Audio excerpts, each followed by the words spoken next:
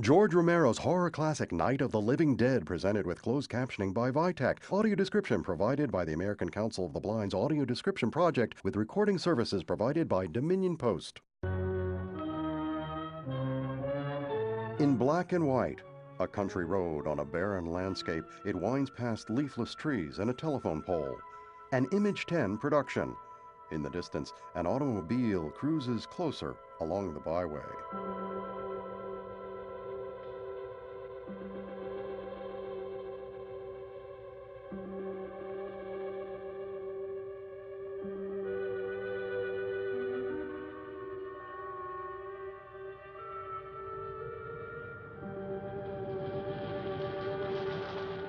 The wide-body sedan careens past as a title appears, Night of the Living Dead. Screenplay by John Russo, George Romero. Additional titles include Production Director Vincent Cervinsky, Production Manager George Cosana, photographed by the Leighton Image Incorporated.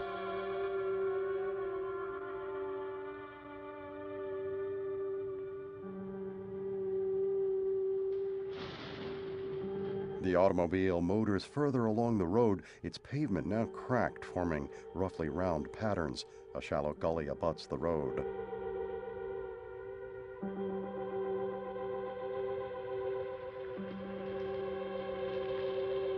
The car turns sharply to its right onto a dirt road and incline.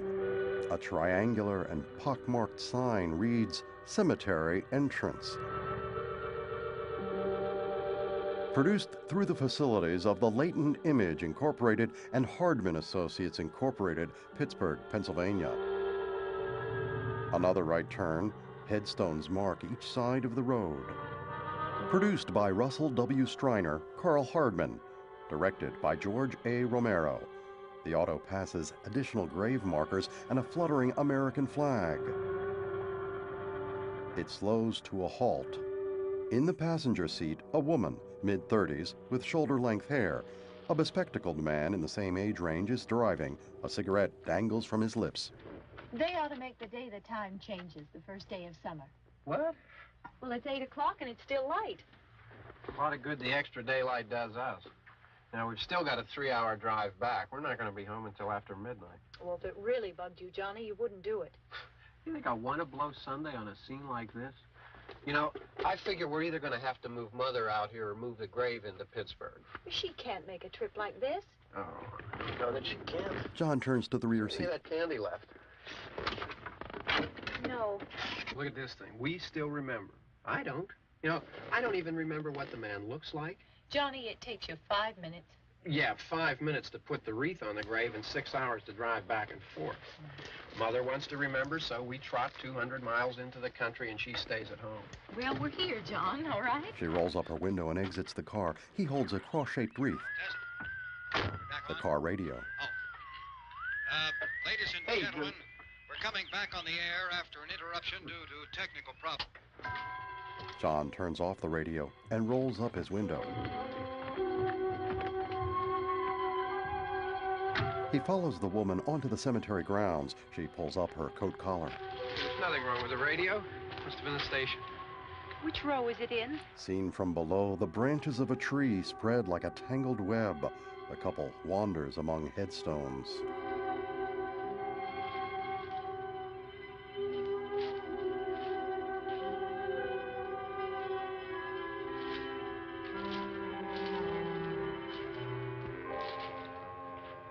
Well, there's no one around. Well, it's late. If you'd gotten up earlier. Oh, look, I already lost an hour's sleep on the time change. I think you complain just to hear yourself talk. There it is. They move toward a low-angled marker. John kneels before it and places the wreath.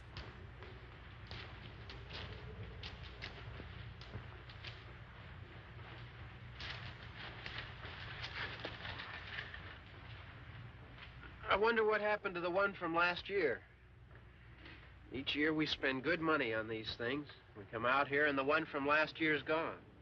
Well, the flowers die, and the caretaker or somebody takes them away. Yeah, a little spit and polish. You can clean this up. Sell it next year. Wonder how many times we bought the same one. The woman kneels at the marker and bows her head.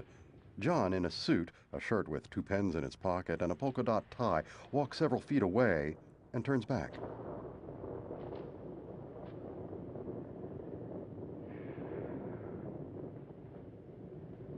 Hey, come on, Barb. Church was this morning, huh? Flashes of light brighten his face as he looks toward the sky. Some distance away, a male figure staggers past a headstone. John dons gloves. He turns back to Barbara.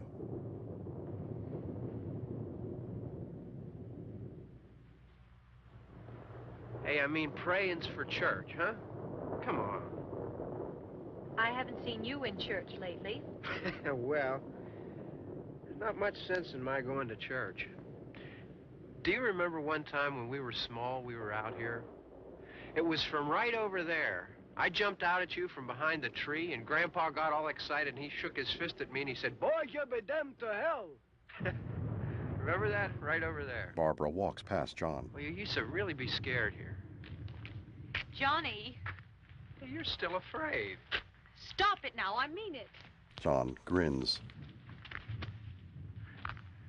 They're coming to get you, Barbara. Stop it. You're ignorant. They're coming for you, Barbara. Stop it. You're acting like a child. They're coming for you. John looks toward the other man. There comes one of them now.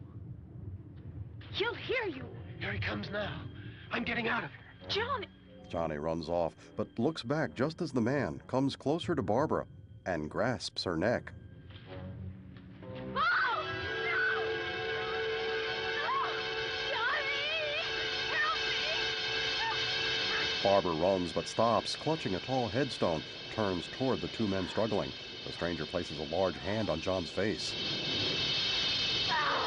John pushes the man off, but he rises and they grapple again. They tumble to the ground, where John hits his head on a stone marker.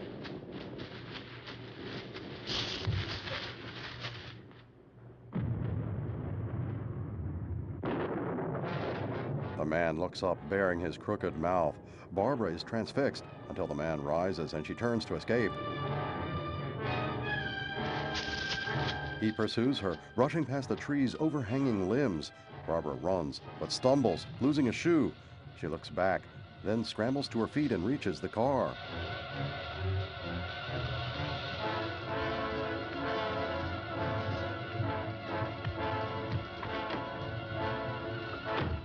She reaches for the car's ignition. The keys are not there. Barbara locks the passenger side and turns back to the driver's side as the man reaches the car, grabbing at the window, pressing his palms on the glass. He jogs to the passenger side of the car and tugs on that door, again placing his palms on the window. Then he turns away, clutches a brick from the ground, and strikes the glass.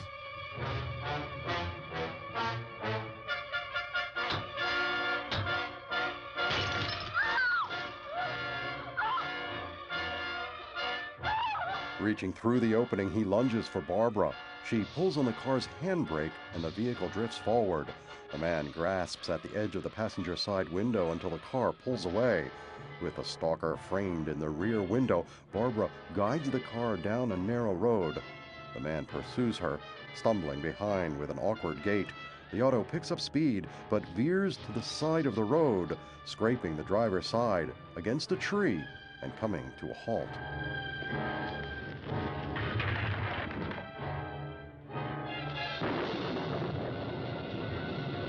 Barbara turns to the rear. The man staggers closer.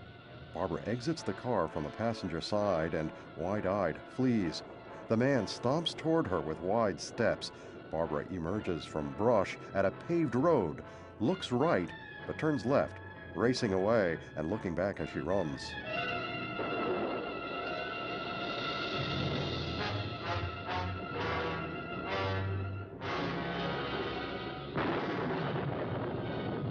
The man stomps through tall grass. Barbara stops abruptly at a forked tree, a 2-story white frame house just across a field. She looks back and then continues on toward the structure, pausing to grasp a metal gasoline pump. Flailing her arms, she races to the front porch of the building.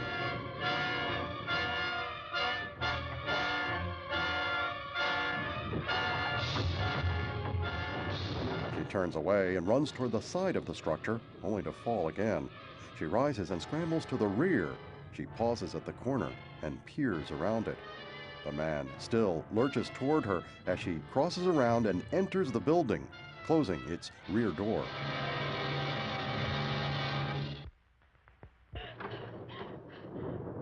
She leans against the rear door and then tentatively explores the house, crossing past shadowed areas and pools of light, spying a dining room table and chairs.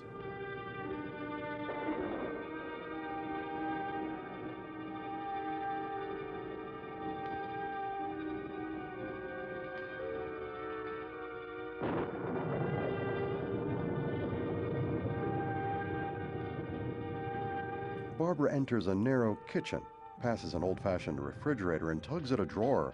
She grabs a large knife. She cautiously moves toward another room where items are strewn on the floor. She brushes past a newspaper, knocking it to the ground.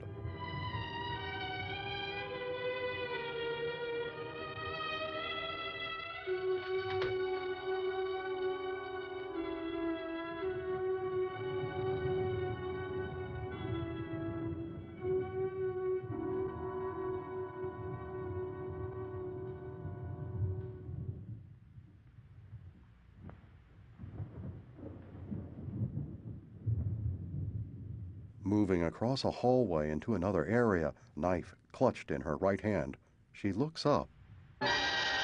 Animal heads are mounted on the walls.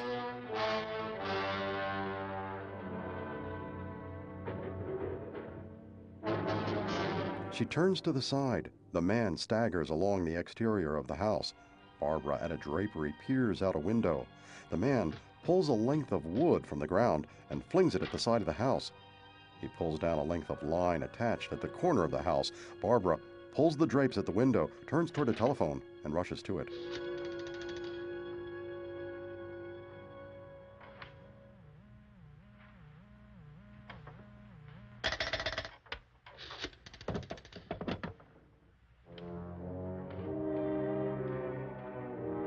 She looks at the phone's receiver and hangs it up.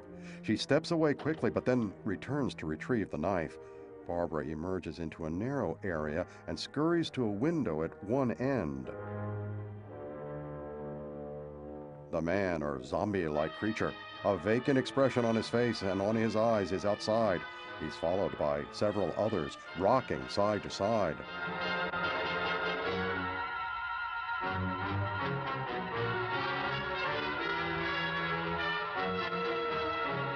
Barbara backs away, stumbling at a chair, and runs from the room and down a dark hallway.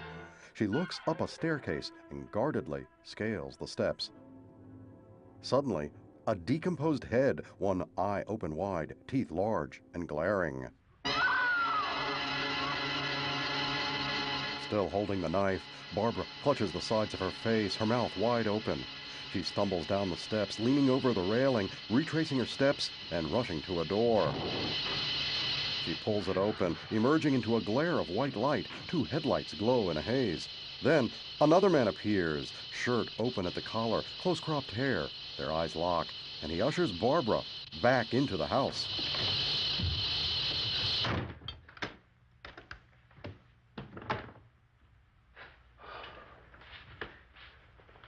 It's all right. Don't worry about him. I can handle him. Probably be a lot more of them as soon as they find out about us. He glances out a window and scans several rooms. The truck is out of gas. This pump out here is locked. Is there a key? Barbara stares wide-eyed. We can try to get out here if we can get some gas. Is there a key? He turns away to a dial phone.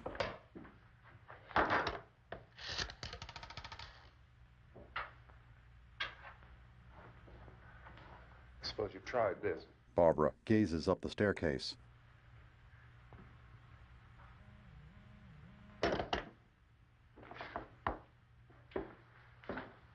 Do you live here?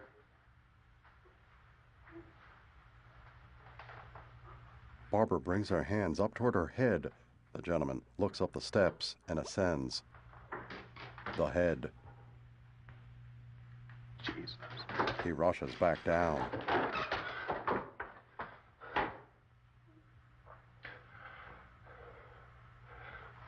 We've got to get out of here. We have to get to where there's some other people. Maybe we better take some food. I'll see if I can find some food. Barbara tentatively reaches out to the side of the stairwell, bows her head, but then looks up.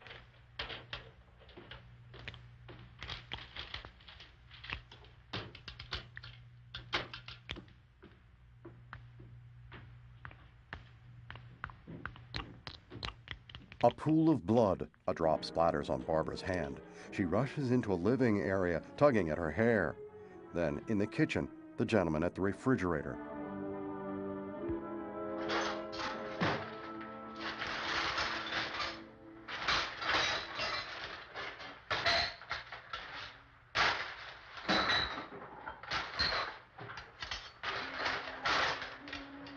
What's happening? How do you think it's happening? What's happening? He looks to her, and then beyond. Outside, a headlight is smashed by a zombie. The man runs to a window. 2 of them.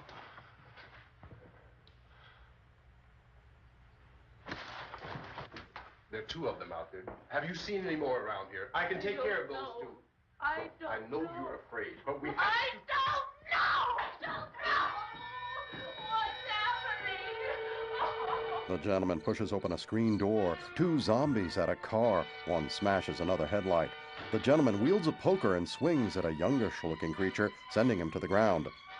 He's hit repeatedly. Another zombie glares and approaches the gentleman from behind.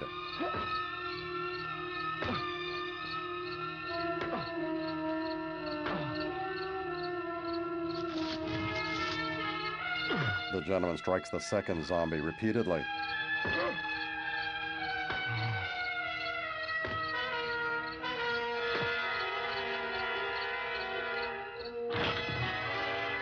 Another creature, a trickle of blood at his mouth, enters the house just down the hall from Barbara, collapsed in a cushioned chair. Outside, the gentleman stands over the 2 motionless zombies.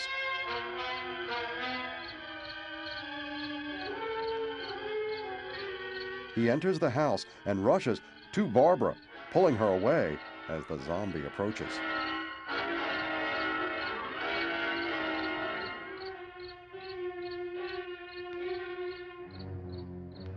The gentleman confronts the human-like monster, dropping the poker but wrestling the zombie to the ground.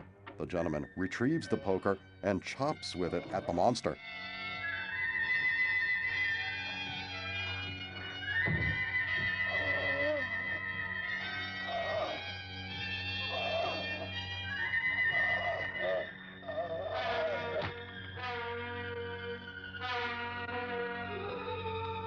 The gentleman backs away, staring at his hands.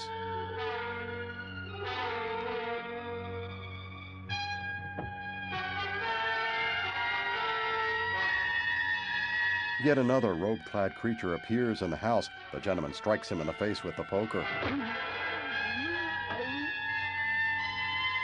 He bends away to reveal several more individuals with blank stares nearby, outdoors.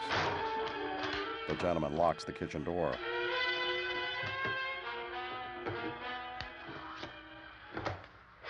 They know we're in here now. Barbara, with an intense gaze, slowly moves in the shadows to the still body of a zombie.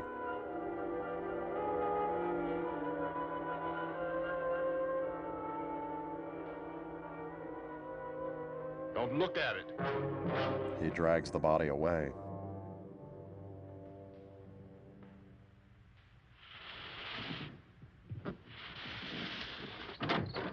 He tugs the body by its legs out the kitchen door. Several other creatures stagger nearby.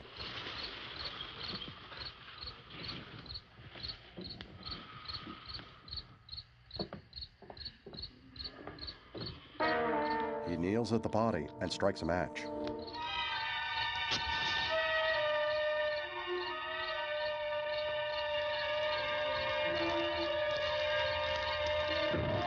A blaze erupts just as the other monsters approach. They back away.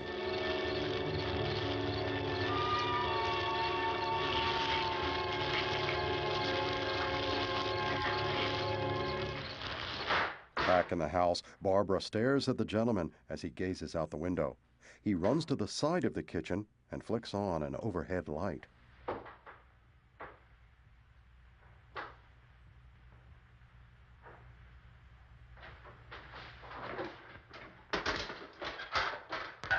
Get some more lights on in this house. He rummages through 2 toolboxes, collecting wrenches and other metal objects. Barbara turns away.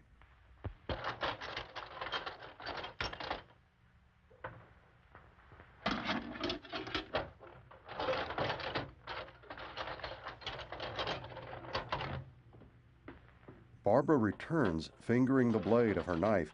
The gentleman rifles other drawers, retrieving nails and screws.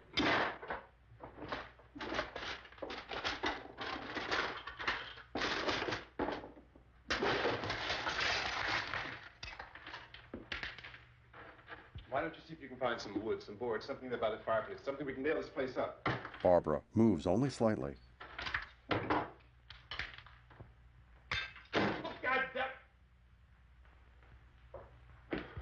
Look, I know you're afraid.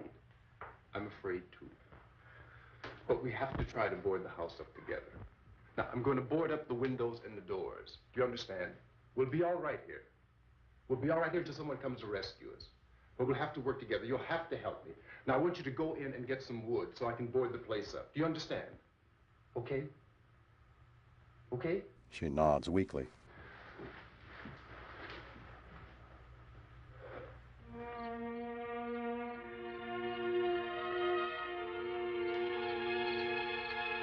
Barbara steps carefully into the living area next to a wide fireplace.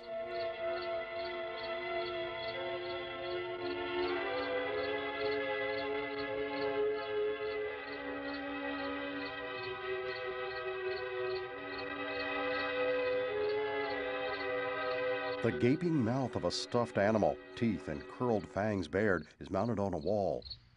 Barbara fingers a small box on furniture underneath. The box revolves, its mirrored doors open and close.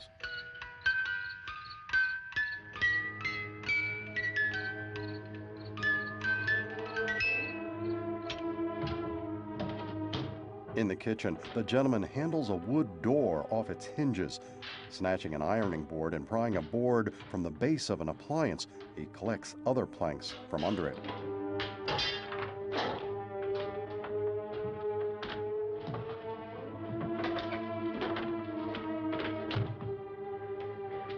In the living area, Barbara turns to the fireplace and collects small blocks of wood.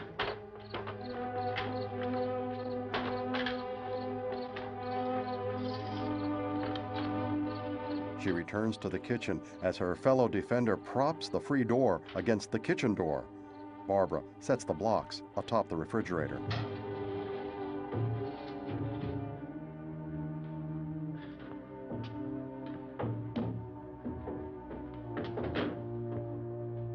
She then paces to the door, bracing it as he wields a hammer and nails.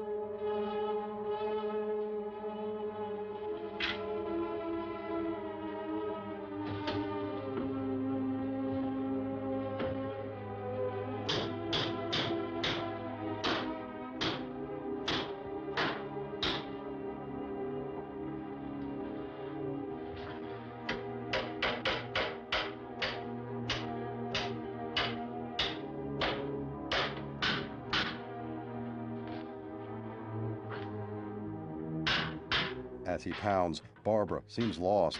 She fingers the door and backs away.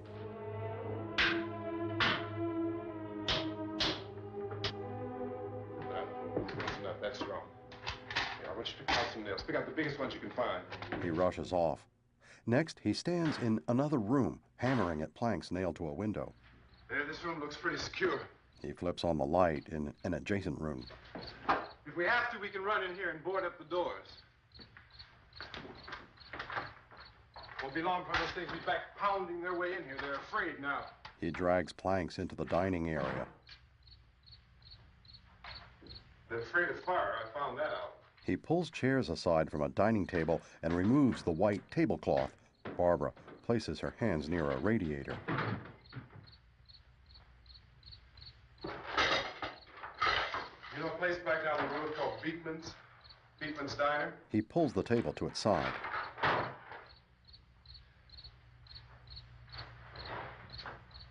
Anyhow, that's where I found that truck I have out there. Barbara folds the tablecloth, clasping it to her chest. There's a radio in the truck. I jumped in to listen to it when a big gasoline truck came screaming right across the road. But there must have been 10, 15 of those things chasing after it, grabbing and holding on. Now, I didn't see them at first. I could just see that the truck was moving in a funny way. Those things were catching up to it. He removes a table leg. The truck went right across the road. He upends the table. Slammed on my brakes to keep from hitting it myself. It went right through the guardrail.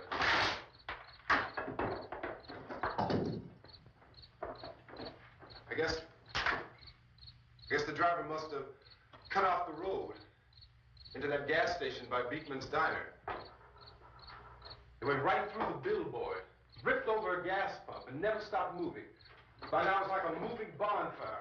Barbara sits in an easy chair. Didn't know if the truck was going to explode or what. Still hear the man screaming.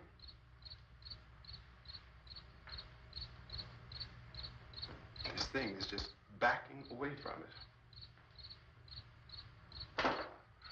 I looked back at the diner to see if there was anyone there who could help me. That was when I noticed that the entire place had been encircled. There wasn't a sign of life left except by now there were no more screams. I realized that I was alone with 50 or 60 of those things, just standing there, staring at me. I started to drive. I just plowed right through them. They didn't move. They didn't run or just stood there, staring at me. Just wanted to crush them. They scattered through the air like bugs.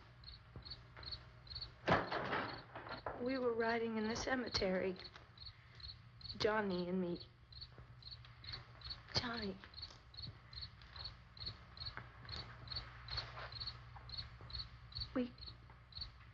We came to put a wreath on my father's grave.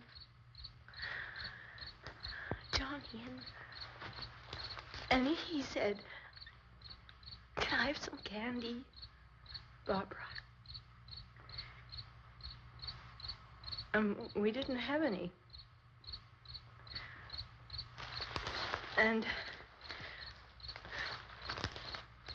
oh, it's hot in here. Hot. She pulls open her trench coat.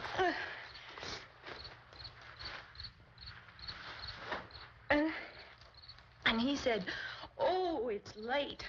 Why did we start so late?" And I said, "Johnny, if you'd gotten up earlier, we wouldn't be late." Johnny asked me if I were afraid. And I said, "I'm not afraid, Johnny." And then this man started walking up the road. He came slowly, and Johnny kept teasing me and saying, "He's coming to get you, Barbara." And I laughed at him and said, "Johnny, stop it." The gentleman props the table against a window. And Johnny ran away. And I went up to this man, and I was going to apologize. Why don't you just keep calm? And I looked up, and I said, "Goody." and he grabbed me. He grabbed me, and he ripped at me. He held me, and he ripped at my clothes. I think you should just calm down. Oh, I screamed, Johnny! Johnny, help me!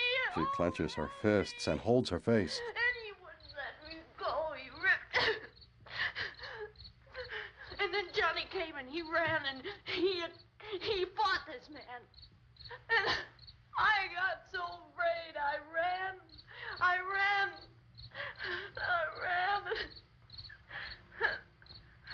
And Johnny didn't come. We have to wait for Johnny.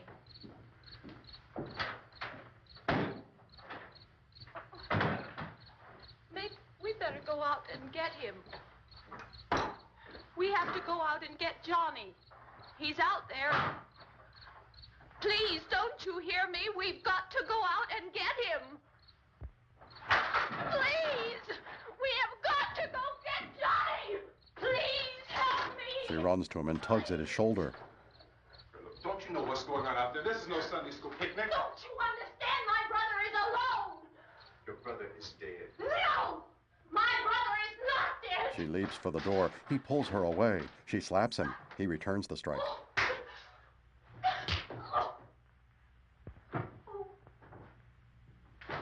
She faints. He catches her. He lifts her and places her on a nearby daybed, loosening her coat.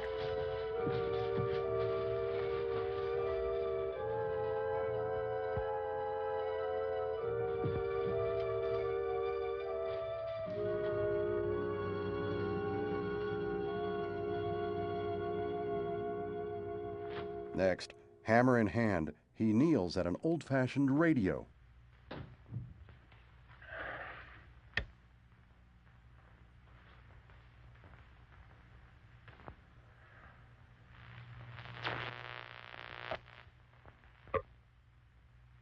Because of the obvious threat to untold numbers of citizens, and because of the crisis which is even now developing, this radio station will remain on the air day and night. This station and hundreds of other radio and TV stations throughout this part of the country are pooling their resources through an emergency network hookup to keep you informed of all developments. He pounds and nails at planks on a wall. These are the facts as we know them. There is an epidemic of mass murder being committed by a virtual army of unidentified assassins. The murders are taking place in villages, cities, rural homes, and suburbs with no apparent pattern or reason for the slayings. It seems to be a sudden, general explosion of mass homicide. We have some descriptions of the assassins. Eyewitnesses say they are ordinary-looking people. Some say they appear to be in a kind of trance. Others describe them as being... The gentleman goes to a window. Outside, several men in the trance-like state surround the car.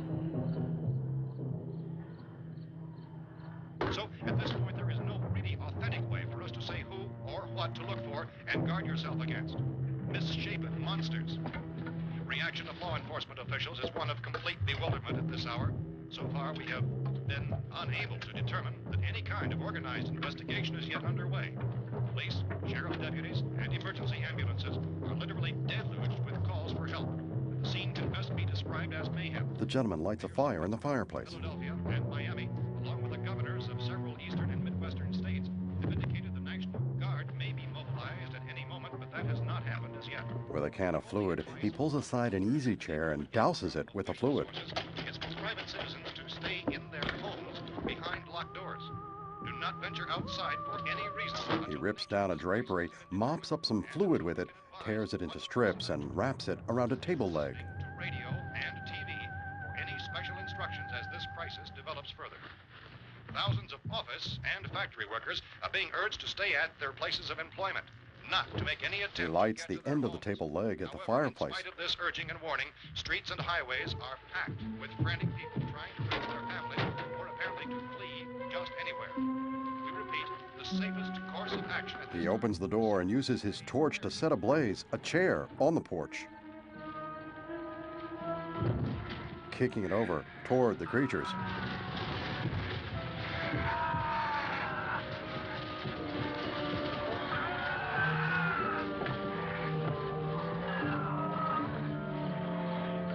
Ladies and gentlemen, we've just received word that the president has called a meeting of his cabinet to deal with the sudden epidemic of murder. Back inside, the gentleman places a plank at another window. The meeting is scheduled to convene within the hour.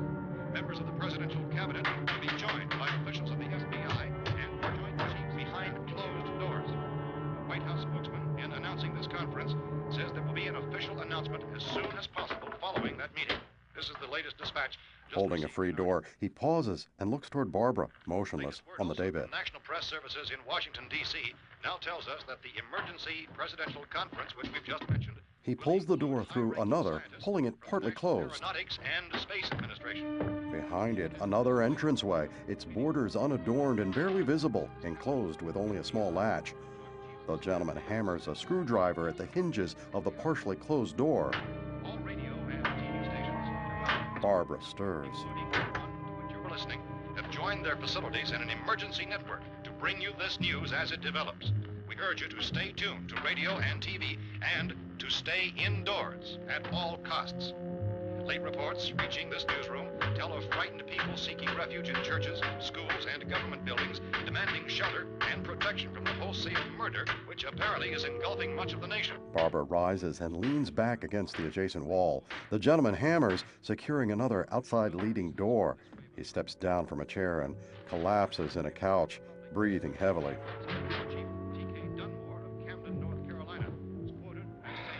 He pulls a cigarette from his shirt pocket and lights it.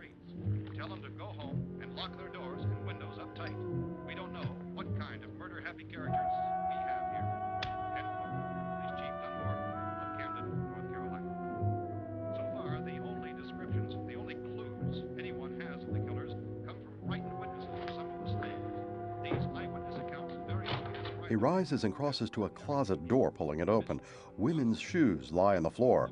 He inspects them, turning to look to the side. like people, but act like animals. Some eyewitnesses tell of seeing victims who look as though they had been torn apart. This whole ghastly story began developing 2 days ago with the report of the slaying of a family of 7 in their... In the closet, he spots a rifle. He pulls it out and, putting his cigarette aside, rummages through a shoebox on a shelf. in an erratic, disconnected manner throughout much of the eastern and midwestern United States. Efforts to keep track of the murder reports by the placing of markers on a map seem to indicate a general spreading of the extreme southeastern United States. It contains 3 small, narrow boxes. He examines one and places it back in the shoebox and braces the shoebox under an arm. He enters the next room with the rifle and box as Barbara, sitting up, is removing her coat. Portion of Texas. Similar killings have been reported around the Houston and Galveston areas, but nothing like... I found a gun and some bullets out there. It was only late yesterday. Oh, and these. The women's shoes. Barbara is still. He places the shoes on her feet. Filtering in, newsmen and law enforcement agencies were of the opinion This that place is boarded up pretty solid now. in nature. However, as these We ought to be all right here for a while. dramatically, it was soon apparent that We have this the was gun something and more than the bullets. usual run of lawlessness. Food and the radio. Some began to suspect an obscure kind of conspiracy. Sooner or later, someone Things as bound to come and get us out. He loads bullets into the rifle. So again, we join with law enforcement agencies, urging you to seek shelter in a building. Lock the doors and windows securely. Hey, that's us. We're doing all right. Be cautious of any suspicious strangers. And keep tuned to your radio and television for survival instructions and further details of this continuing story. Look, I don't know if you're hearing me, Goes on in the absence of any law. but I'm going upstairs now. It's almost as though some critical balance of If anything should try to break in here, I can hear it from up there, and I'll be down to take care of it. savage killers. We repeat, this radio station... Everything is all right for now. I'll be back to reinforce the windows and doors later. But you'll be all right for now, okay? She is still. He reaches to her. Okay. Dateline on this report is Cumberland, Maryland. Civil defense officials in Cumberland have told newsmen that murder victims show evidence of having been partially devoured by their murderers. Barbara looks up. The gentleman scales the shadowy staircase carefully, rifle at his side. At the top landing, he puts the rifle aside and drags a barefoot corpse clad in a dress down the hallway.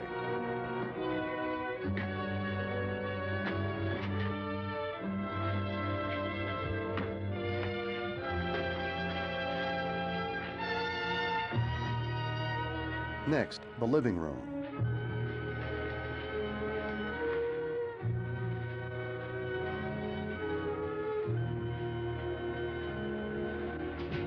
Consistent reports from witnesses to the effect that people who acted as though they were in a kind of trance were killing and eating their victims prompted authorities to examine the bodies of some of the victims. Medical authorities in Cumberland have concluded that in all cases, the killers are eating the flesh of the people they murdered. Repeating this latest bulletin just received moments ago from Cumberland, Maryland, civil defense authorities have told newsmen that murder victims show evidence of having been partially devoured by their murderers. Barbara stares, eyebrows knit tightly. Shows conclusively that the killers are eating the flesh of the people they kill. And so this incredible story becomes more ghastly with each report. It's difficult to imagine such a thing Barbara actually looks to a happening. door. But these are the reports we have been receiving and passing on to you. Reports which have been verified as completely as is possible in this confused situation. It is happening. A hand appears at the door's edge. The door opens. Two men appear, one lunging toward Barbara, the other, older and balding, armed with a rifle. The gentleman upstairs reaches for his rifle and descends the stair. He bursts into the living room. We're from town. A radio.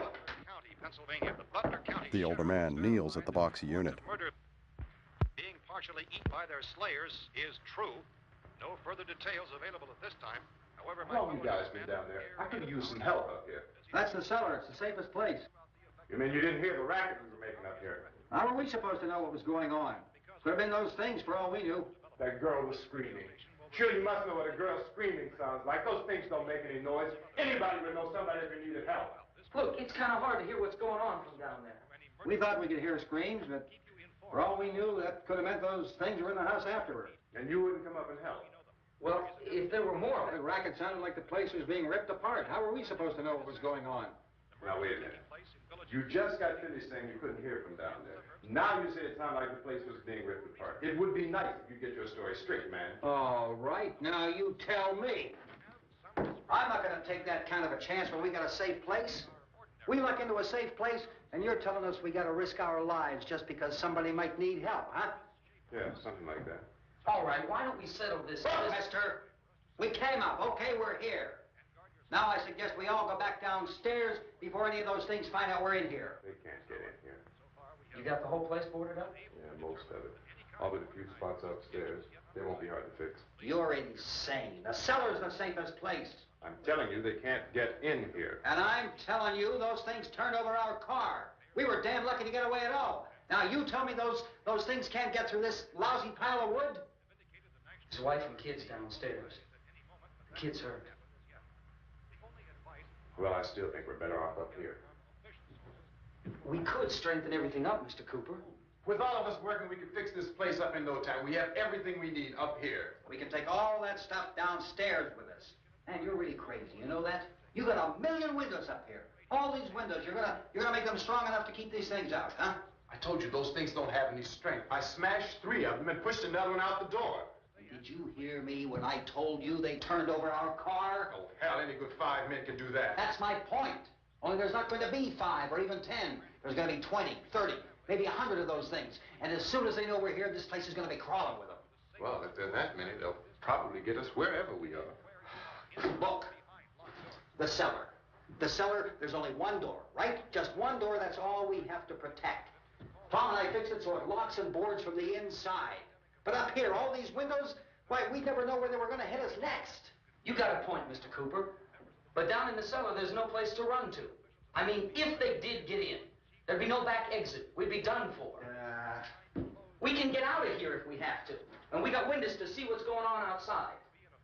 But down there with no windows, if a rescue party did come, we wouldn't even know it. But the cellar is the strongest place. The cellar's a death trap. I don't know, Mr. Cooper. I think he's right. You know how many's out there? I don't know. Maybe 6 or 7. Look, you two can do whatever you like. I'm going back down to the cellar, and you better decide. Because I'm going to board up that door, and I'm not going to unlock it again no matter what happens. Now, wait a minute, Mr. Cooper. No, I'm not going to wait. I've made my decision, now you make yours. Now, wait a minute. Let's think about this. We can make it to the cellar if we have to. And if we do decide to stay down there, we'll need some things from up here. So let's at least consider this a while. He peers between planks on a window.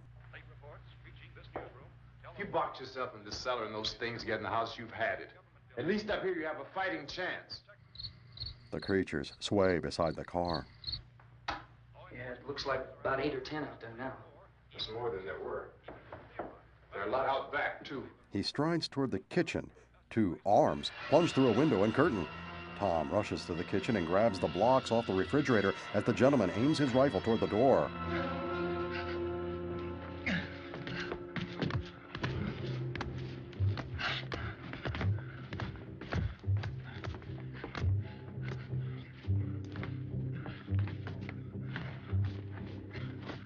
Tom swats at the hands and arms in the window. The arms flail until the gentleman aims and fires at close range. A male is shot through his torso. He staggers.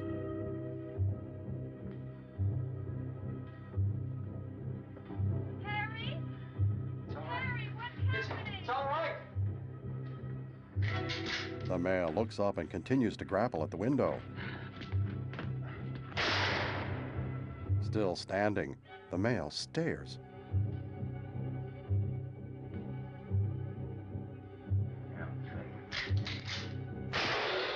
It collapses.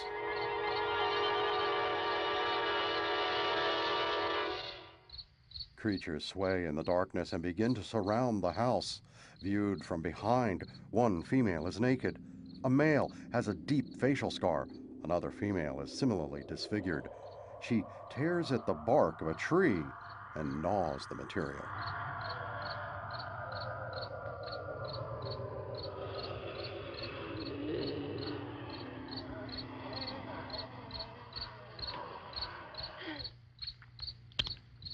We gotta fix these boards. You're crazy. Those things are going to be at every window and door in this place. We've got to get down into the cellar. Go down in your damn cellar. Get out of here! Cooper looks around. I'm taking the girl with me. You leave her here.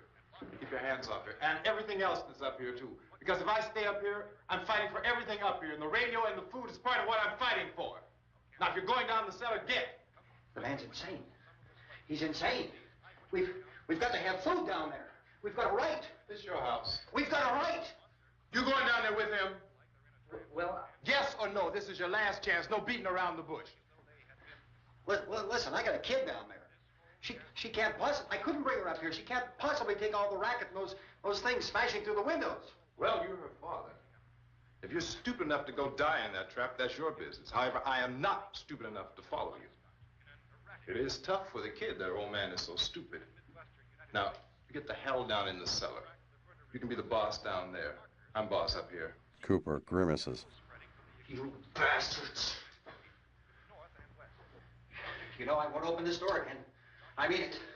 Mr. Cooper, with your help, we could... With my help. Let him go, man. His mind is made up. Just let him go. Cooper turns to the cellar. Wait a minute. Tom at the top of the cellar stairs. Judy, come on up here, honey. Judy appears in her 30s with long hair. You're gonna let them get hurt too, huh? It's all right, honey. Go ahead. She sits next to Barbara. Cooper retreats to the cellar through the unadorned door frame and barricades himself from the inside. If we stick together, man, we can fix it up real good. There's lots of places we can run to up here.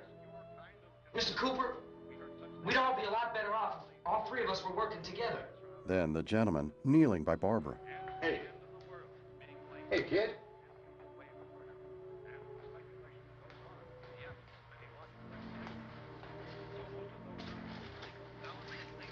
He's wrong, you know. I'm not boxing myself in down there. He lights a cigarette. Next, Cooper in the cellar with a middle-aged woman and a child lying on a table covered by a blanket. Well, we're safe now. It's boarded up tight. What about Tom and Judy? They want to stay up there, let them. He tosses a length of metal. There are two other people upstairs, a man and a girl. We heard you screaming. Yeah, but I didn't know who they were, and I wasn't about to take any unnecessary chances. Of course not, Harry. He pulls out a cigarette and crumples the empty cigarette pack, throwing it down forcefully. He glares at the woman. Then he moves toward the girl, caressing her forehead. Is she all right? I don't know what it is. She feels warm, Maybe it's shock. She wraps the girl's arm. Where'd you get the bandage? Some laundry in a basket. I tore a sheet. Cooper lights the cigarette and stares toward the ceiling.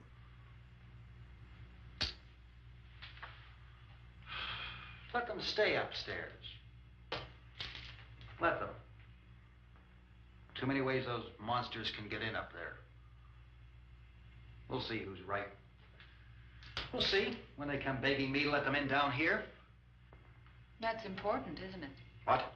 To be right, everybody else to be wrong. What do you mean by that? She waves a hand. Does anyone up there know why we're being attacked? Whatever it is, it isn't just happening here. It's some kind of mass murder. It's going on everywhere. The radio said to stay inside. Radio? Radio upstairs. I heard a news bulletin. There's a radio upstairs and you boarded us in down here? I know what I'm doing. What did it say? Nothing. Nothing. They don't know anything yet. There's mass murder everywhere, and people are supposed to look for a safe place to hide. Take the boards off that door. We are staying down here, Helen. Harry, that radio is at least some kind of communication. If the authorities know what's happening, well, they'll send people for us to tell us what to do. How are we going to know what's going on if we lock ourselves in this dungeon? He flings his cigarette.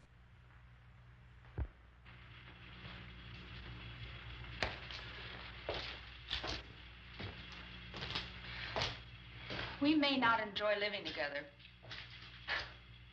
but dying together isn't going to solve anything. Those people aren't our enemies. Mr. Cooper! Mr. Cooper, Ben found a television set upstairs. Let's go up. Tom, Yeah.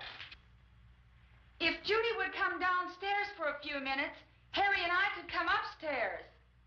Okay, yeah, right away. Will you do it? Do I have to? Look, honey, nothing's gonna get done with them down there and us up here. Do this for me. Okay. Okay, open up. Cooper unfastens his barricades and opens the door.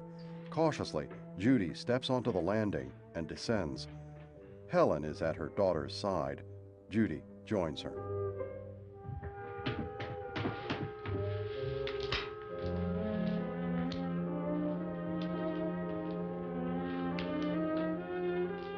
I'll take good care of her, Helen. Helen nods. She's all I have. Why don't you go upstairs now? Helen pats her child's tummy and leaves. Judy adjusts the girl's blanket and sits by her.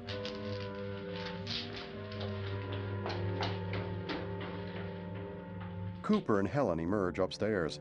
Helen stares toward Barbara, fingering a lace covering on the sofa arm.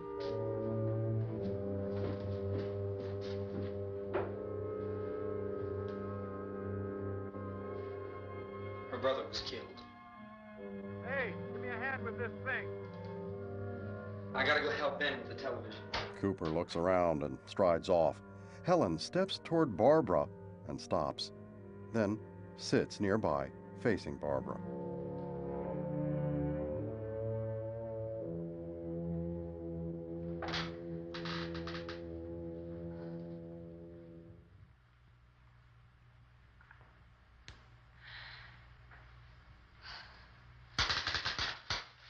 Adjusting herself in the chair, Helen pulls a cigarette from a pack and lights it.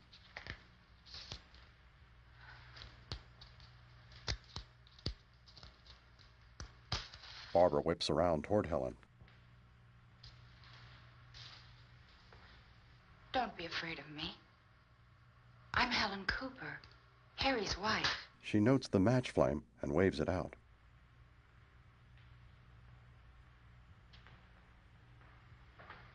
This place is ridiculous. Look at this. There's a million weak spots up here. At a window, he reaches for Helen's cigarettes. Give me one of those.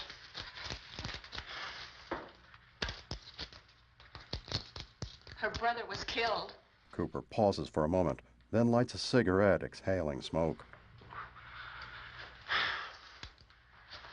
And they talk about these windows. I can't see a damn thing. There could be 15 million of those things out there. That's how much good these windows are. Why don't you do something to help somebody? Tom and Ben, the gentlemen, carry the television into the room.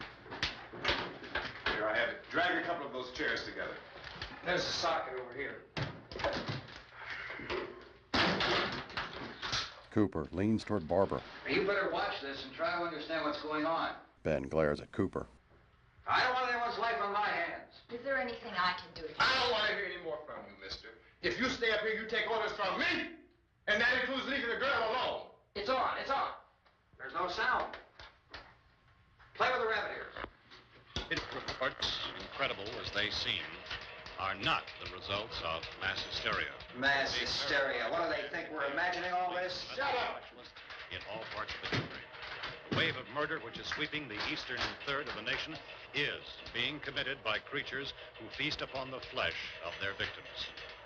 First eyewitness accounts of this grisly development came from people who were understandably frightened and almost incoherent.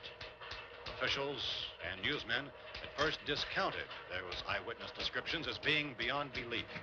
However, the reports persisted. Medical examinations of some of the victims bore out the fact that they had been partially devoured. Helen looks to Cooper. I think we have some late word just arriving, and I'll interrupt to bring this to you. This is the latest disclosure in a report from National Civil Defense Headquarters in Washington. It has been established that persons who have recently died have been returning to life and committing acts of murder. A widespread investigation of reports from funeral homes, morgues, and hospitals has concluded that the unburied dead are coming back to life and seeking human victims. It's hard for us here to believe what we're reporting to you, but it does seem to be a fact. When this emergency first began, radio and television was advising people to stay inside, behind locked doors for safety. Well, that situation has now changed. We're able to report a definite course of action for you. Civil defense machinery has been organized to provide rescue stations with food, shelter, medical treatment, and protection by armed National Guardsmen. Stay tuned to the broadcasting stations in your local area for this list of rescue stations. Centers are displayed individually on screen. Throughout our news coverage, look for the name of the rescue station nearest you and make your way to that location as soon as possible. So we have that truck. If we can get some gas, we can get out of here. There's a pump out by the shed. I know, that's why I pulled in here, but it's locked. Emergency meeting called this afternoon by the president. Since convening this conference of the presidential cabinet, the FBI, the Joint Chiefs of Staff, the CIA has not produced any public information. Why are space experts being consulted about an earthbound emergency? So far, all the betting on the answer to that question centers on the recent Explorer satellite shot to Venus. That satellite, you'll recall, started back to Earth, but never got here. That's the space vehicle which orbited Venus and then was purposely destroyed by NASA when scientists discovered it was carrying a mysterious high-level radiation with it. Could that radiation be somehow responsible for the wholesale murders we're now suffering? Newsman Don Quinn in Washington has posed those questions. It's obvious our best move is to try to get out of here. How are you going to get over to that pump? Look! On screen, newsmen interview men walking from a large building. The explosion of the Venus probe? One wears a military uniform, 3 stars on his That shoulders. was the subject of the meeting. You feel there is a connection between this and the phenomenon? There's a definite connection. A definite connection. In other words, you feel that the radiation on the Venus probe is enough to cause these mutations? There was a very high degree of radiation. Well, just a minute.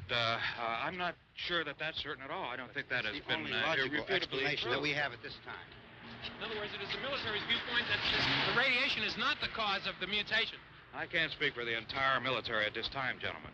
This seems to I be... must disagree with these gentlemen presently until this is irrefutably proved. everything is being done that can be done. We'll have to hurry for our next meeting.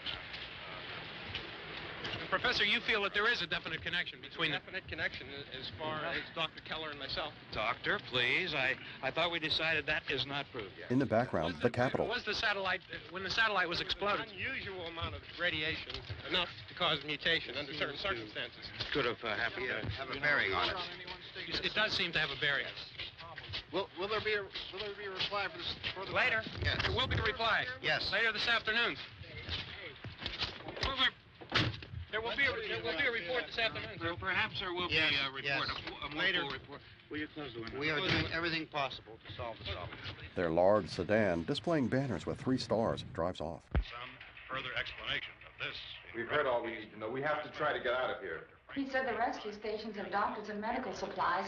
If we could get care in there, we could get help for her. No, it's one of the world's foremost authorities. On screen, Willard Medical Center. Science and technology. Willard. I saw a sign that said Willard. Any moment. It's only about 17 miles from here. You know this area. You from around here? Judy and I are both from around here. We were on our way up to the lake to go swimming. And Judy had a radio, and we heard the first reports about this. So we knew the old house was here, and we came in and found the lady upstairs dead. Then these other people came. We went down into the basement and put a bar across the door, and it is pretty strong. How could we possibly get away from here? We've got a sick child, 2 women, 1 woman out of her head, 3 men, and the place is surrounded with these things. For NASA. Dr. Grimes, your entire staff, I know, has been working very hard to find some solution to these things that are happening. Do you have any answers at this time? Yes, we have some answers. But first, let me stress the importance of seeking medical attention for anyone who's been injured in any way. We don't know yet what complications might result from such injuries. How bad has your kid been hurt? Good advice, Doctor. Now, how about the basic complications? Well, Look, you go down there and tell Judy? Yeah, you tell Judy to come up here and you stay with the kid, all right? Helen nods and leaves. In the cold room at the university, we had a cadaver from which all 4 limbs had been amputated. Sometime early this morning, it opened its eyes and began to move its trunk. It was dead, but it opened its eyes and tried to move. They want you upstairs. Did she ask for me? She hasn't done anything. I don't understand. Baby. It's Mommy. I heard. I'll come back down as soon as I find out what they want. Thank you, Judy. The body should be disposed of at once, preferably by cremation. Well, how long after death, then, does the body become reactivated? It's only a matter of minutes. Minutes? Well, that doesn't give people time to make any arrangements. No, you're right. It doesn't give them time to make funeral arrangements. The bodies must be carried to the street and burned. They must be burned immediately. Soak them with gasoline and burn them. The bereaved will have to forego the dubious comforts that a funeral service will give. They're just dead flesh and dangerous. To Judy. I see. Judy, I need you to find some bedspreads or sheets to tear up into small strips, okay? Is there a fruit cellar here? Yes. We need some bottles or jars. Make Molotov cocktails and hold them up while we try to escape. Hey, there's a big can of kerosene down there. I'll see what I can find. I'll look for the bottles. There's a big key ring down there. There may be a key to the gas pump on it. I'll check. We can toss the cocktails from a window upstairs. Meantime, a couple of us can go out and try to get the gas and come back for the rest of the people. But that'll leave a door open someplace. Yeah, that's right. It better be this door. It's closer to the truck. Before we go out, we'll put some supplies behind the cellar door. While we're gone, the rest of you can hold up in there. I found some fruit jars in the cellar. And there's a key on here that's labeled for the gas pump out back. I'm not really that used to the truck. I found it abandoned. I can handle the truck, no sweat. Ben hands keys to Tom. You're it, then. You and I'll go. They share a look. We'll put whatever lumber we find behind the cellar door. To Cooper. You can go upstairs and toss the cocktails from a window. Tom, you and I will have to unboard this door. After you toss the cocktails, you hustle back down here and lock this door. It's no good to board it up because we'll have to get back in quickly. After we get the gas and get back into the house, then we'll worry about getting everybody into the truck. Now let's move it. Ben brushes past Cooper. Cooper fidgets and purses his lips. Been set up. Indications are that before this emergency is over, we'll need many, many more such rescue stations. Judy holds a pair of scissors. As Tom sits nearby with a bowl and a jar of liquid, she smiles. You always have a smile for me. How can you smile like that all the time? How many do you have done? She hands him several strips of fabric. Come on, honey, we gotta move. Tom, are you sure about the phone? The phone is dead out. All you get is a recorded message. If I could only call the folks. They're going to be so worried about us. Everything will be all right. As soon as we get to Willard, we'll call them. They might even be there. I know. She uses the scissors to tear a sheet. Tom? Are you sure we're doing the right thing, Tom? What, about getting out of here? Yeah. Well, the television said that's the right thing to do. We've got to get to a rescue station. I don't know. Come on, honey. You're starting to sound like Mr. Cooper now. But why do you have to go out there? Look, I know how to handle that truck, and I can handle the pump. Ben doesn't know anything about that stuff. But we're safe in here. For how long, honey? We're safe now. But there's going to be more and more of those things. I know all that. Hey, listen. Remember when we had the big flood? Remember how difficult it was for us to convince you that it was right to leave? Remember? Remember we had to go to Willard then? This isn't a passing thing, honey. It's not like just a wind passing through. We've got to do something, and fast. Judy hugs Tom.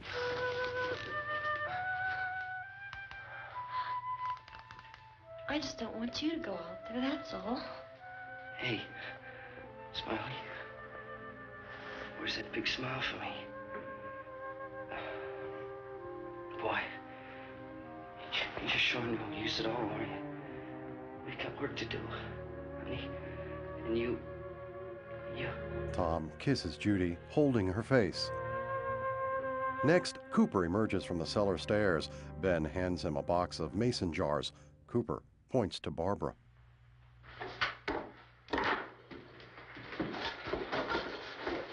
We better get her downstairs. We have to go downstairs now, Barbara. She's right. You have to go downstairs now, just for a little while, until we get back. Then we can all leave. Oh, I'd like to leave. Yes. She stands and Helen follows her to the cellar.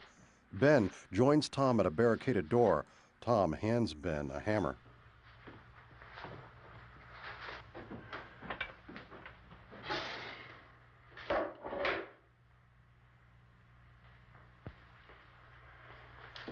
Good luck.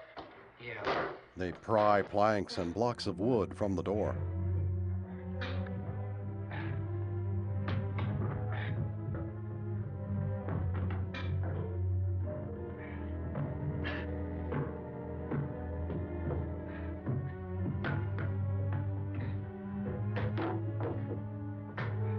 Judy appears at the cellar door. Tom looks toward her, eyes intent. She smiles. Next, Cooper at a window gathers the drapes out of the way.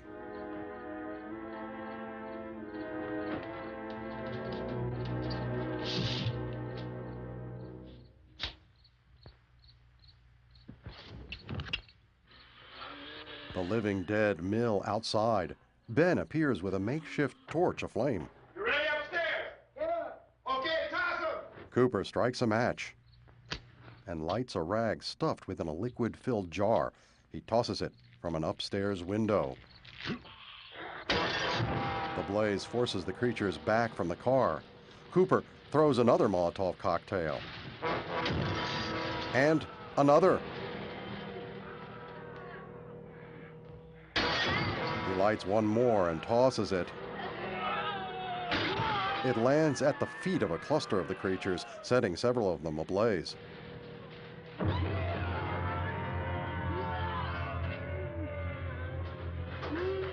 Cooper runs downstairs. Go ahead, go on. Tom and Ben run outside, Ben holding back with rifle and torch. Tom confronts a creature, ripping his shirt, and he hops into the truck. A zombie paws at the driver's side window.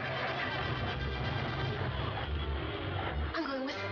Judy rushes to the door. Go! It's too late. She runs past Cooper. Tom looks up from the wheel, eyes wide. Cooper slams the door behind Judy. Well, as you're coming, come on. Judy jumps into the passenger side of the truck. Ben levels his rifle at a zombie and fires point blank. The creature takes only a step back and continues forward. Ben climbs into the bed of the truck, holding the torch. Cooper peers from inside the house. Zombies surround the truck. Ben sets one of them aflame. It flails wildly.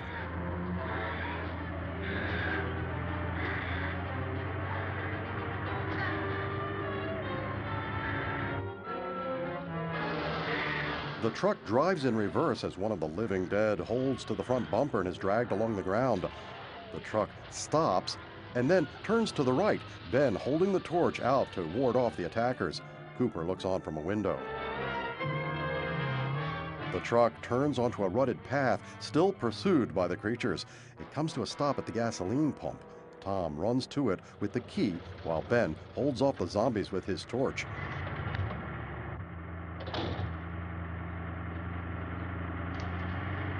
He places the torch on the ground and turns to Tom at the pump. Come on! This key won't work. Watch it. Ben fires at the pump handle. Tom pulls the nozzle out and sprays fuel at the truck. Watch the torch! Its side is set on fire.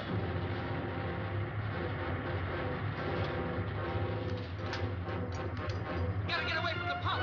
Ben pulls a rug from the truck bed and tamps at a line of fire on the ground. Tom jumps back into the truck's cab.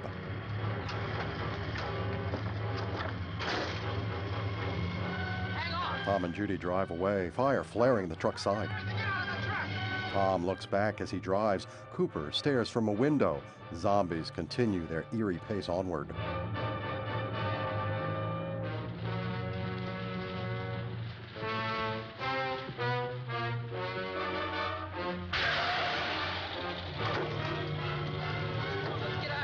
Tom opens the driver's side door. Come on, come on. My ticket's gone. Tom steps back into the truck just as it explodes, engulfed in flame. Ben stares blankly.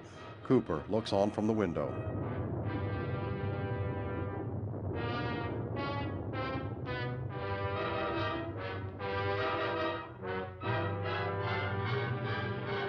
Dozens of zombies stalk closer. Ben backs away and fires at a male. The creature bends back, but then continues on, joined by others. Ben, surrounded, waves his torch at them and weaves his way toward the porch of the house and the front door, locked.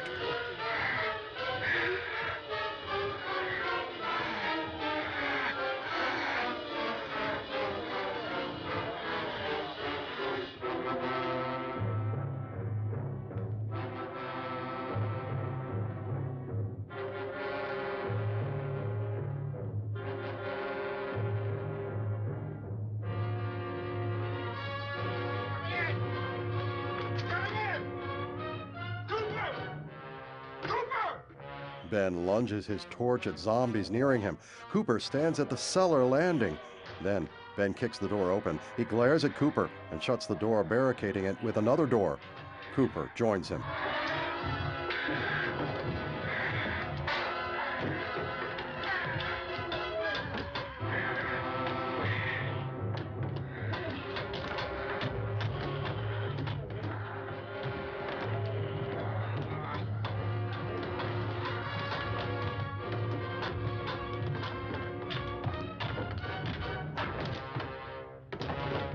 The two men glare at each other. Ben punches Cooper in the face. Cooper crawls to the next room and stands, only to have Ben strike him again.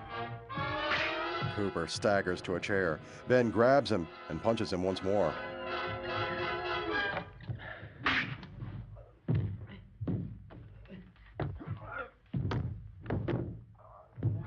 Drag you out there and beat you those things. A trickle of blood trails from Cooper's nose. Next, zombies surround the still smoldering truck. They approach the truck's cab and reach in, tugging and tearing.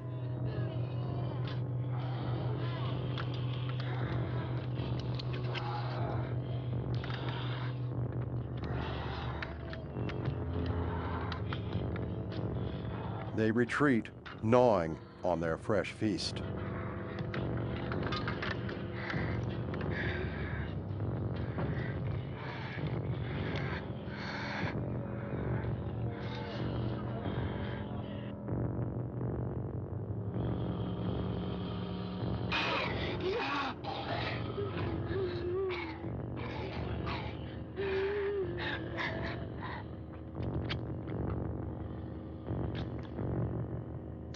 One creature licks at a bone. Another nibbles at a hand.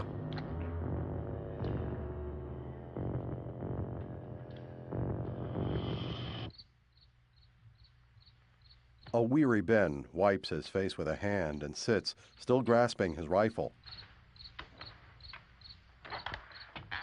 Cooper sits, holding a rag to his face. Helen appears at the cellar door, her hands at her temples. Isn't it 3 o'clock yet?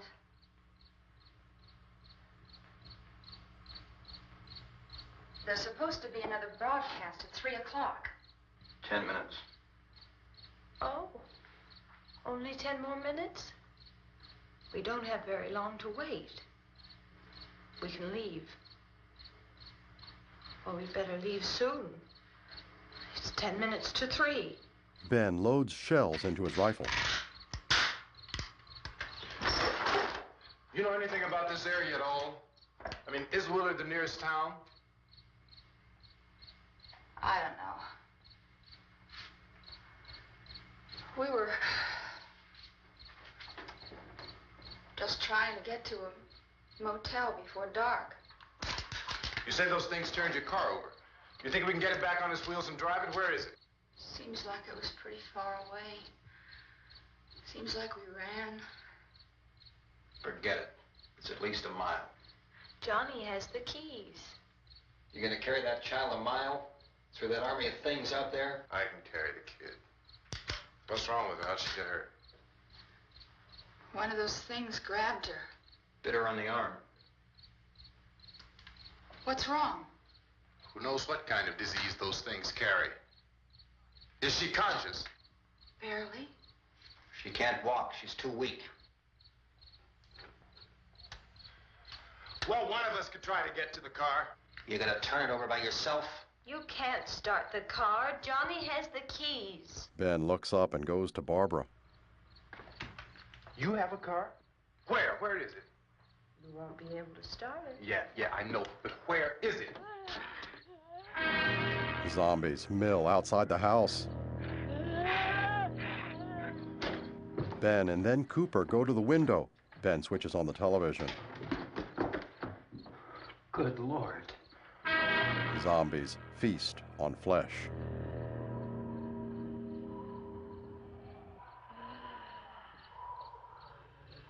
Being monitored closely by scientists at all the radiation detection stations.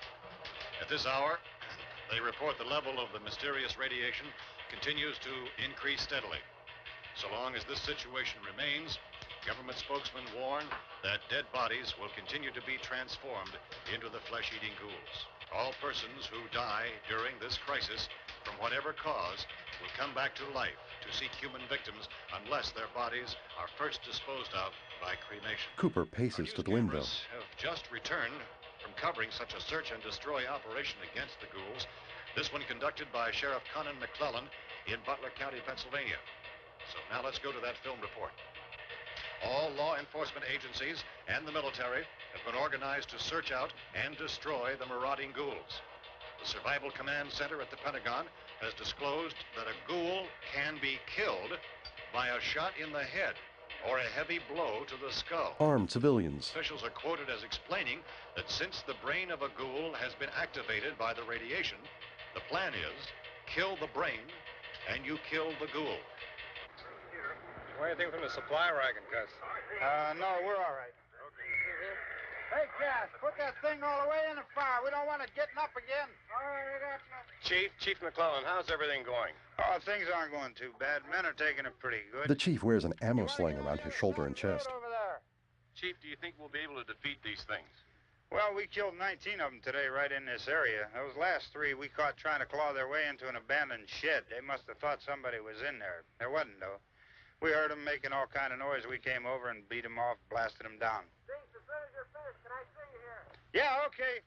Chief, if I were surrounded by 6 or 8 of these things, would I stand a chance with them? Well, there's no problem. If you had a gun, shoot them in the head. That's a sure way to kill them. If you don't, get yourself a club or a torch. Beat them or burn them. They go up pretty easy. Well, Chief McClellan, how long do you think it will take you until you get the situation under control? Well, that's pretty hard to say. We don't know how many of them there are. We know when we find them, we can kill them. Are they slow moving, Chief? Yeah, they're dead. They're all messed up. Well, in time, would you say you ought to be able to wrap this up in 24 hours? Well, we don't really know. We know we'll be into it most of the night, probably into the early morning. We're working our way toward Willard, and we'll team up with the National Guard over there, and then we'll be able to give a more definite view. Thank you very much, Chief McClellan. This is Bill Cardill, WIC TV 11 News. Thank you, Bill, for that report. Official spokesman declined to speculate just how long it may take to kill off all the flesh eaters, so long as the heavy rain... The lights in the house shut off. All look around. Is the fuse box in the cellar? I don't know. Ben steps carefully to the cellar door and disappears. It isn't the fuse. The power lines are down. He leans into his wife. Helen, I have to get that gun. Haven't you had enough? But 2 people are dead already on account of that guy. Take a look out that window. Ben returns. Outside, a hand grasps a rock. White smoke drifts around the scene as a creature steps onto the porch wielding a club.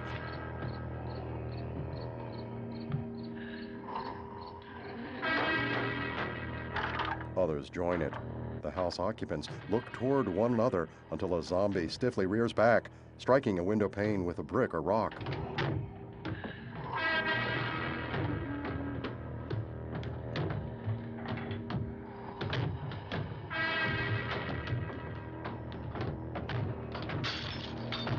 Ben runs to a window, bracing it with a rifle. At other boarded-up windows and doors, the barriers begin to bulge and give way. 2 hands reach through an opening toward Ben. Helen presses against the door, while Cooper stays back.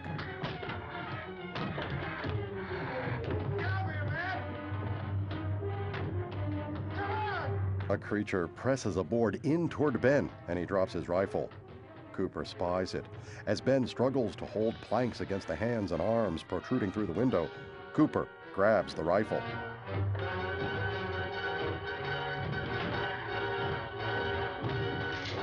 Go ahead. Go ahead. You want to stay up here now? Helen, get the cellar. Get the cellar now. Move! Ben takes a plank from the window and tosses it at Cooper. Ben and Cooper wrestle with the rifle as Helen looks on, her eyes wide. Ben pulls the rifle away, cocks it, and levels it at Cooper. He fires. Cooper falls as the door starts to crack. A zombie wraps its arms around Helen, her back to the door. Cooper drags himself to standing and stumbles toward the cellar and down its stairs.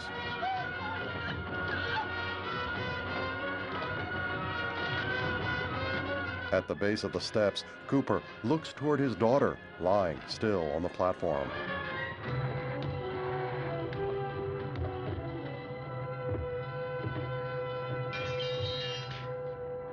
He staggers to her, raises a hand over her.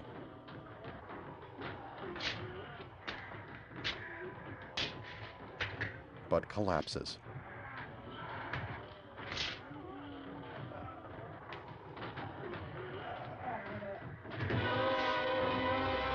Helen writhes a zombie's hands around her neck.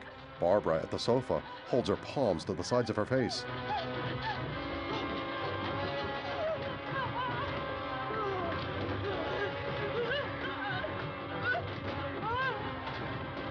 Holding a short plank, Barbara rushes to Helen, holding the wood slat at the door. Zombies flail their limbs around her. Helen escapes and rushes to the cellar, only to find her daughter on her knees over Cooper, motionless, eyes open. Karen chews at a chunk of flesh.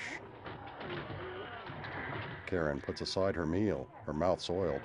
She stands and reaches her arms out toward her mother. Oh, baby. Karen advances.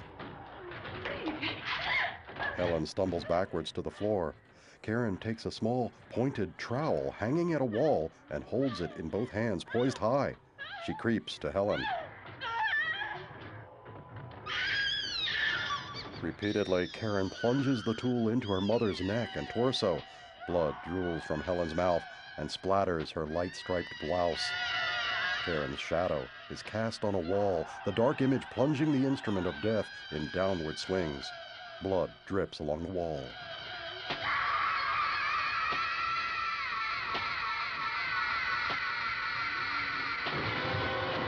Upstairs at the door, Ben and Barbara smack at zombie limbs reaching through the door.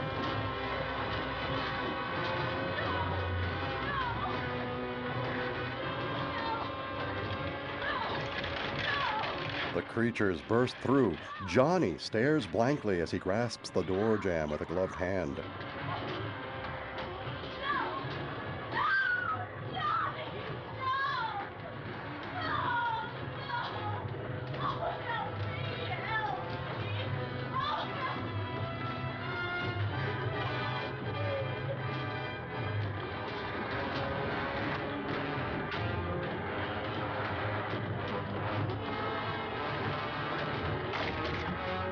At the window, the zombie from the cemetery climbs through. Ben backs away. Karen stalks to him from behind. She clutches his arms. Ben tosses her aside to the sofa. He retreats to the cellar with the rifle, closing the door.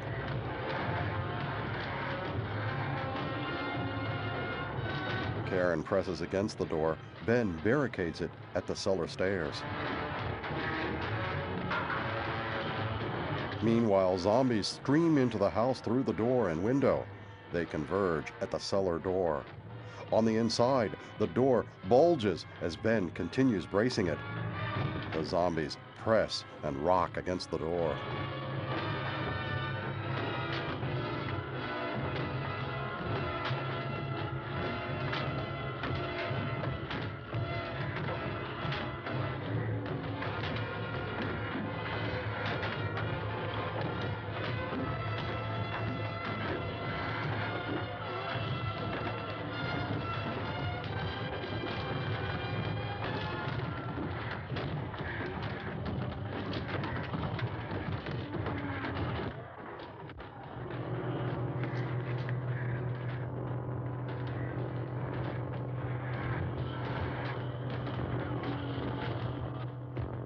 Ben descends into the cellar. Cooper's and Helen's bodies lie still.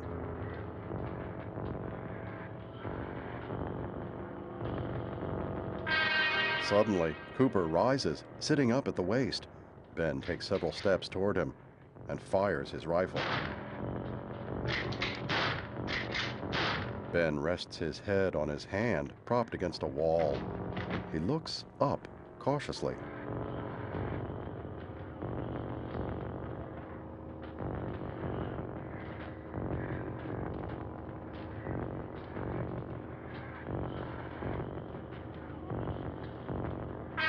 Helen's eyes open.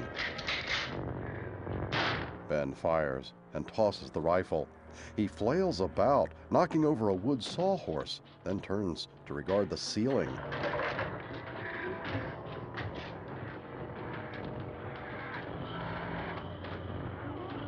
Ben turns and searches the cellar, pulls the sawhorse aside, and then retrieves his rifle. He kneels and aims the weapon toward the cellar steps.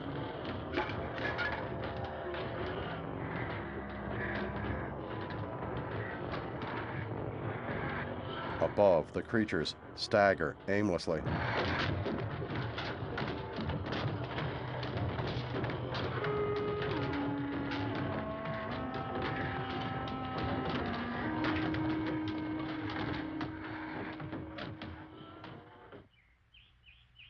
Morning. The house betrays no sense of violence. A tree and branches stand in silhouette against a bright dawn. Then, a helicopter nears.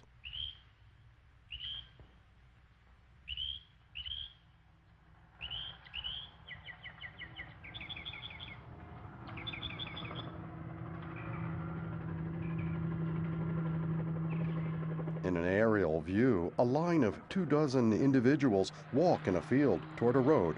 A station wagon is nearby. The helicopter lands in the field near the individuals, men armed with rifles.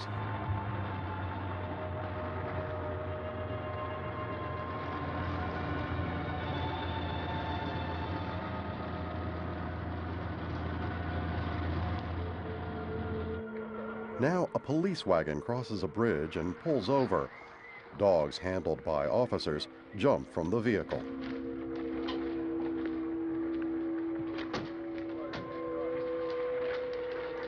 The chief, mopping his brow, approaches some men seated at a pole. Hey, Vince, Al, you want to get about 4 or 5 men and a couple dogs? There's a house over here behind those trees. We want to go check it out. Right. You go here, Bill. Yeah, Chief, we're going to stay with it till we meet up with the National Guard. Where'd you get the coffee? One of the volunteers. You're doing all the work. You take it. Thank you. We should be wrapped up here about 3 or 4 more hours. We'll probably get into Willard then. I guess you can go over there and meet the National Guard. Nick, you and the rest of these men want to come with me? Well, Bill, I'm going to check in the office, see what's happening. All right, Steve. Tell them we're going to stay with it, and everything appears to be under control. Dogs lead officers across the field.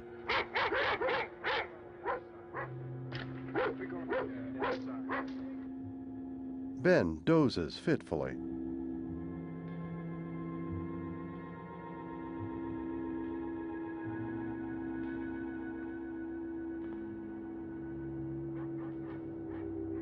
He looks up.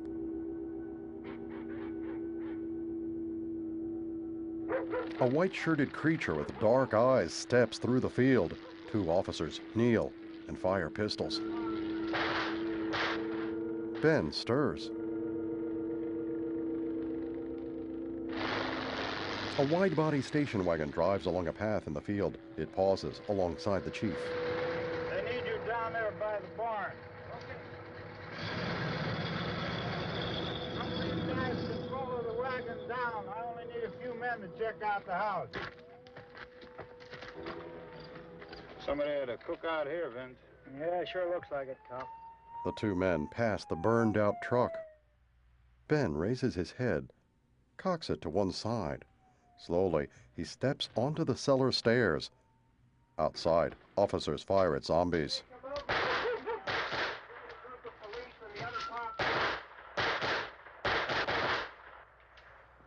A zombie falls.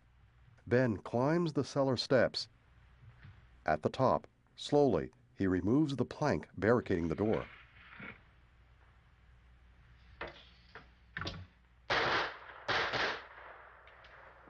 Another zombie is felled. He's a dead one. Get up here. Nick, Tony, Steve, you want to get out in that field and build me a bonfire? Ben steps into the living area of the house, rifle at his side. He lifts the rifle, moving toward a window. You, drag that out of here and throw it on the fire. Nothing down here? All right, go ahead down and give him a hand. Let's go check out the house. There's something there. I heard a noise. Ben is at the window, his rifle aimed. All right, Vince, hit him in the head, right between the eyes. Ben collapses backwards. Good shot. Okay, he's dead. Let's go get him. That's another one for the fire.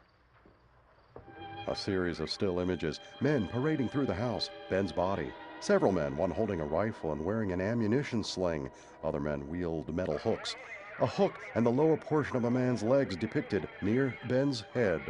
Superimposed over this image, credits appear, including Ben, Dwayne Jones, Barbara, Judith O'Day, Harry, Carl Hardman, Helen, Marilyn Eastman, Tom, Keith Wayne, Judy, Judith Ridley.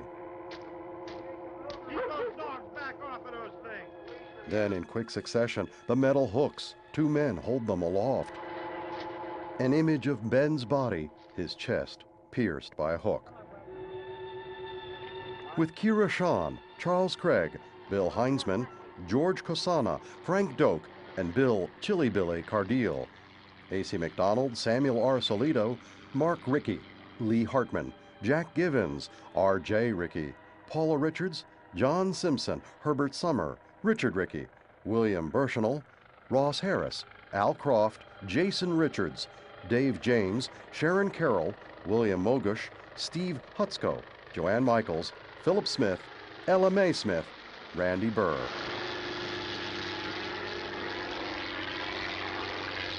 In a still image, Ben's lifeless form is placed atop an assemblage of wood and planks.